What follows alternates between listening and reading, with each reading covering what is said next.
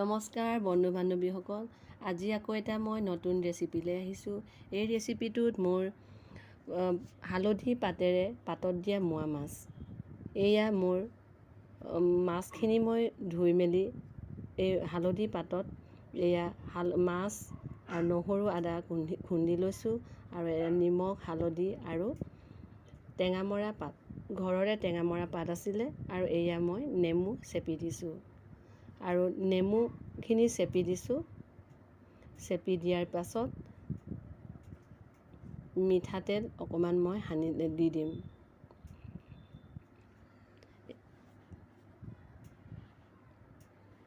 এয়া মিঠাতেল মই অকণমান দি দিলোঁ। দিয়াৰ পিছত এয়া গোটেইখিনি মিলাই হালধি নিমখ দি গোটেইখিনি মই সানি দিছোঁ।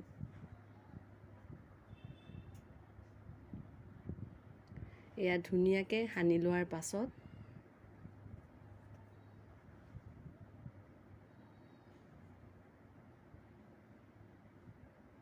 পাতেৰে ধুনীয়াকৈ মেৰিয়াই দিলোঁ আৰু মই 10 মিনিট টাৱাটো ফ্ৰী হিট কৰি ল'লোঁ।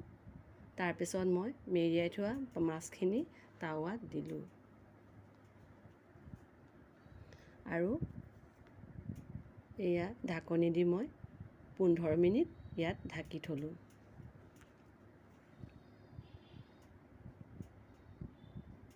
এয়া 15 মিনিটৰ পিছত মই আকৌ মাছখিনি লুটিয়াই দিছোঁ।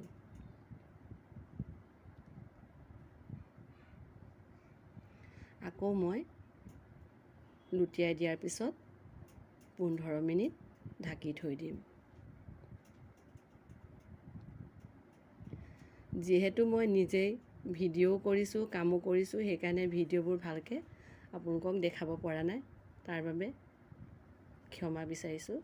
আৰু এয়া মোৰ হৈ গ'ল পাতত দিয়া মোৱা মাছ, আৰু হালধি পাতত দিলে বহুত টেষ্টি হয়, গোন্ধটো ধুনীয়া হয়। আপোনালোকেও টেষ্ট কৰি চাব, বনাই চাব, আৰু খাই ভাল পালে লাইক শ্বেয়াৰ ছাবস্ক্ৰাইব কৰি দিব আৰু কমেণ্ট কৰি দিব।